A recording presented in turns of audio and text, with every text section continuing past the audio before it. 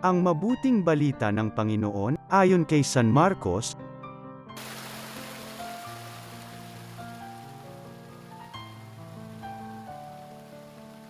Noong panahong iyon, nag-aayuno ang mga alagad ni Juan Bautista at ang mga Farisiyo. May lumapit kay Jesus at nagtanong, bakit po nag-aayuno ang mga alagad ni Juan Bautista at ang mga alagad ng mga Farisiyo, ngunit ang mga alagad ninyo'y hindi? Sumagot si Jesus, makapag-aayuno ba ang panauhin sa kasalan samantalang kasama nila ang lalaking ikinasal? Hindi. Kapag wala na ang ikinasal, saka pa lamang sila mag-aayuno. Walang nagtatagpi ng bagong kayo sa lumang kasuotan, pag-urong ng bagong kayo, mababatak ang luma at lalong lalaki ang puni.